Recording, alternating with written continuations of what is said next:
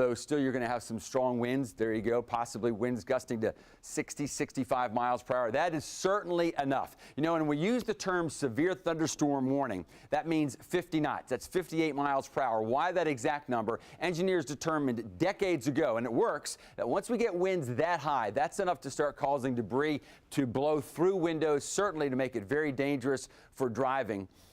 And so therefore, even outside of the tornado warning, we'll have the threat for the potential for winds gusting up to 55, maybe 60 miles per hour. So Lauren has painted here, so we're forecasting this line. So as this, we call it a mezzo-low, a little low, races to the northeast, you can almost think of it as its own miniature front that drops down from the low. So as this low races northeastward, eventually toward Savannah and Hilton Head and probably Charleston and Myrtle Beach, it's still going to drag this front. We call it a squall line, but it's where you have this strong wind shift. Okay, here's some good news. So the tornado warning has been canceled in Pierce County. Now, for those of you that might be traveling, I think if it's not apparent, be aware that it's not like this storm has suddenly fallen apart, right? That storm is there. It's racing away. So if you or you have some loved ones that are thinking, well, I want to go up I-95, I'd delay it a bit because these heavy rains are moving rapidly to the east. They're going to be on, well, Lauren has the timing here.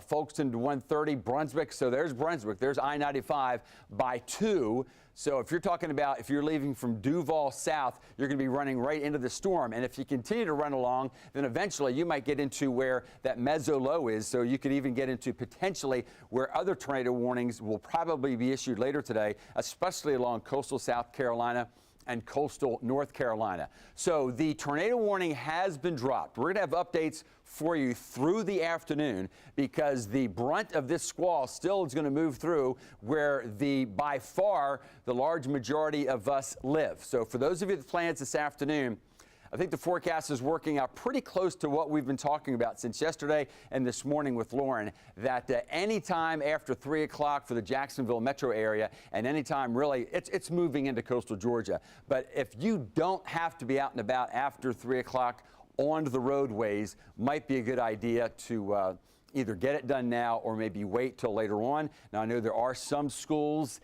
in session. We'll keep you updated as far as that is concerned, but really want to emphasize that although you might see a lot of motion to the northeast, and that's all those little individual systems racing to the northeast, the overall front will continue to march eastward. So it's going to get into the Jacksonville area by about 3, Fernandina by 2:45, as we mentioned, Brunswick by 2.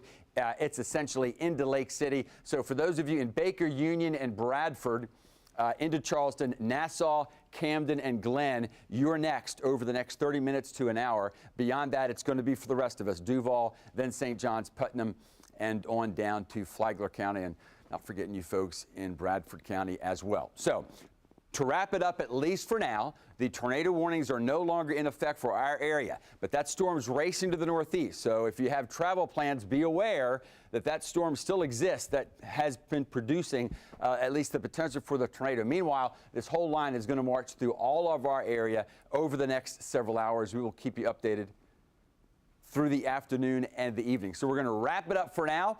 Once again, I want to say thank you. So good to have Lauren back on her second day, diving deep into it, and as always doing an excellent job, and hopefully it helped you as well. You know, every one of these events, although they may seem alike, they're all different, and all we're doing here is really trying to keep all of us out there safe. So if you ever have ideas, and I know you do, pass them on to us, and the weather team will continue to try to improve on both forecast and communicating what you need. And we think you'll need updates as we go through the afternoon, so we'll have updates for you as we go through the afternoon. Probably by about 7 tonight, the worst of these storms will be through all of the First Coast.